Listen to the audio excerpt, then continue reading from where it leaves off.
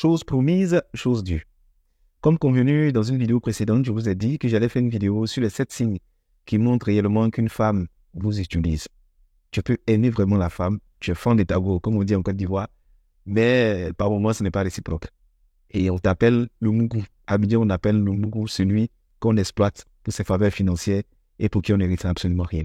Vous savez, il y a beaucoup de femmes qui ont développé l'art de culpabiliser. Elles vont te dire, oui, depuis que tu as eu ce que tu veux, tu es parti, oui, tu m'as exploité, tu m'as utilisé. Et pourtant, la même est capable de vivre pendant des années dans une relation avec un homme qui va s'occuper d'elle, qui va nourrir sa famille, qui va la scolariser, qui va changer son train de vie. Et pourtant, elle n'aime pas et il n'aura aucun bisou de sa part. Il y a des dames qui ont développé un art de la duplicité qui est surprenant. Donc aujourd'hui, on va les démasquer. Et si jeune loi, tu es dans cette situation-là, il y a quoi à toi d'avance? Le signe numéro 1, c'est que quand une femme vous utilise, elle évite toutes les discussions qui sont profondes, les discussions qui sont sérieuses. Vous voyez, elle ne parle pas d'avenir avec vous. Non, non, non. Tout ce qui est sujet d'avenir, ça la saoule. Soit elle va faire de la diversion pour parler d'autre chose, soit elle ne veut pas en parler du tout, soit elle en parle avec superficialité. C'est-à-dire que ce n'est pas un sujet qui m'intéresse, puisque dans le fond, il n'y a pas d'avenir. Si en tant qu'homme, tu te retrouves dans cette posture de demander, mais nous sommes qui? C'est que tu n'es rien. C'est que vraiment, tu es mal barré, mon frère. Parce que logiquement, on n'a pas besoin de dire qui nous sommes, ça se voit. Ça se voit.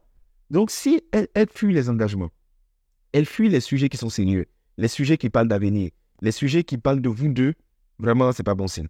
D'accord? Deuxième des signes qui montre que vous utilisez, c'est que vous payez tout et vous payez trop. Si dans cette relation, le portefeuille ne fait que sortir, tout tourne autour des dépenses, autour de l'argent, c'est un signe qui montre que, frère, tu es utilisé. Ça fait un peu mal, hein, ça pique. Mais si à chaque fois que vous voyez, c'est toujours des dépenses, et puis elle ne participe pas aux dépenses, mais en plus, elle ne suggère même pas des options pour te préserver de certaines dépenses, il faut faire attention. Parce qu'une femme qui ne t'aime pas, elle n'a aucun remords à te faire dépenser. Souvent même, elle passe par le fait de te faire dépenser pour juste t'informer qu'elle ne t'aime pas. Quand une femme t'aime réellement, elle devient économe. Elle devient très réfléchie. Elle commence à te donner des conseils pour savoir comment tu vas utiliser ton argent. Les dépenses futiles et gratuites ne l'intéressent pas. Mais quand une femme ne t'aime pas et qu'elle t'exploite, tu payes, elle est contente. C'est pourquoi je vois souvent dans certains lieux des femmes qui motivent des jeunes à aller jeter l'argent sur lui. Fais le travaillement, fais le PA. Elle ne t'aime pas. Une femme qui t'aime ne peut pas te pousser à aller faire PA. Elle va te dire, l'argent que tu as, ça peut me servir, mais ça peut servir à d'autres causes qui sont plus importantes. Donc si tu dépenses tout, tu dépenses trop, tu ne fais que dépenser, frère, tu n'es pas une banque ambulante, tu n'es pas une banque humaine. Il faut commencer à penser à toi. Signe numéro 3. Elle se débrouille pour envoyer d'autres personnes. Quand vous devez être deux, ça la dérange. Elle va toujours envoyer une amie, envoyer une copine, envoyer quelqu'un de plus. Et lui, c'est mon frère, et lui, c'est mon cousin. Et lui, c'est un ami, vraiment. Bon, je me sentais un peu seul, il va venir à nous. Elle a du mal à ce que vous soyez tous deux. Je ne suis pas en train de dire que quelqu'un qui envoie ses amis constamment, elle vous utilise, parce que par moments, c'est bien quand même d'être avec d'autres personnes pour discuter. Mais est-ce que vous avez des temps d'intimité à deux? Quand vous êtes à deux, c'est comment? Est-ce qu'elle a l'aise d'être avec toi quand vous êtes deux? Si elle a du mal à te supporter quand vous êtes deux ou en intimité, c'est un problème. Et tu ne dois pas être mis à l'écart de ta propre relation à la faveur de ses amis. Il y a d'autres même qui donnent ça comme ultimatum. Si je viens, c'est que je viens de copines. Si mes copines ne viennent pas, je ne viens pas. Mais elle et ses copines n'ont qu'à rester là-bas. C'est à toi, homme, qui doit mettre quand même certaines limites. Et tu te retrouves hors budget pour faire plaisir à quelqu'un qui ne t'aime pas. Quand elle arrive, elle me commande. Elle fait ses amis commandent. Tout le monde commande. Et ils ont des façons de te flatter de façon hypocrite. Le beau des beaux, le boss, là, c'est un dur. Elles sont juste venues manger ce bois frais, se remplir l'estomac et puis repartir après pour se moquer de toi. Prends le temps de bien les observer. Le point numéro 4, c'est qu'elle a recours à toi que pour des besoins, pour des soutiens. Allô, pardon, tu peux me dépanner là. Allô, pardon, j'ai besoin de toi pour apprendre un service. Allô, est-ce que tu fais ça pour moi? Allô, elle ne t'appelle que pour ça. C'est qu'elle est coincée, qu'elle n'a plus d'option, qu'elle se souvient que tu existes. Et toi aussi. Il y a des signes qui montrent quand même. On ne peut pas tout t'appeler pour expliquer le problème d'argent. Maman est tombée sur tabouret, mon petit frère avalé, mato, je ne sais pas. Toujours il y a des problèmes, que des problèmes, que des... Non, tu vas me rendre un petit service. Donc j'ai bien le temps pour apprendre ça. Tu ne peux pas être une béquille sociale pour elle. Ok, elle a besoin de toi net, c'est sur toi qu'elle vient s'appuyer. Mais pour les autres choses, elle continue sa vie. Non. Ça, c'est un signe qui montre qu'elle t'utilise. Le signe numéro 5, c'est la manipulation émotionnelle. Alors, elle ne se prive pas d'utiliser la colère, les larmes, le silence pour te manipuler sur le plan émotionnel.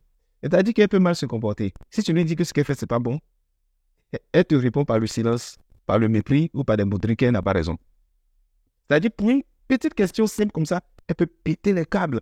Elle donne des émotions de colère. Toi-même, tu es étonné. C'est-à-dire, elle crie jusqu'à toi, tu t'excuses.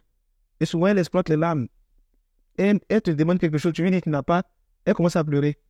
Ouais, c'est sur toi qu'elle comptait, toi-même. C'est-à-dire, elle ne prend pas en compte ce que tu ressens et tes propres émotions. C'est ce qu'elle peut tirer de toi qui l'intéresse.